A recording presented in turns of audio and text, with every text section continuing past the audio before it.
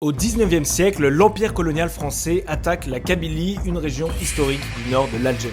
Mais les locaux vont se défendre, et une de leurs chefs c'était elle, Lalla Fatma Nsoumer. On revient en arrière. On est en 1854 quand la France, qui occupe une partie de l'Algérie depuis 25 ans, décide d'attaquer la région montagneuse de la Kabylie. La bataille de la vallée du Haut-Sebaou a lieu. 2 mois de combat qui se terminent par la fuite des Français face aux combattants kabyles menés, entre autres, par une jeune femme de 24 ans, Lalla Fatma Nsoumer, la prophétesse du Djourdjoura. Lalla Fatma naît dans les montagnes du Djourdjoura dans une famille kabyle puissante. De son vrai nom Fatma Sid Ahmed ou Méziane, elle remet en cause les codes de son époque. Elle insiste pour recevoir une éducation religieuse dont elle se sert plus tard pour refuser un mariage forcé. Elle développe une renommée presque mystique, ce qui va lui permettre de devenir une combattante, ce qui est exceptionnel à l'époque pour une femme. Après la bataille du Haut-Sebaou, le chef de la résistance meurt et Lalla Fatma prend sa succession à la tête des Imseblen, les volontaires de la mort. C'est une stratège à l'aura divine, ces hommes y pensent carrément qu'elle leur apporte une bénédiction divine. Pendant 3 ans, elle mène la résistance et inflige de lourdes pertes aux soldats français,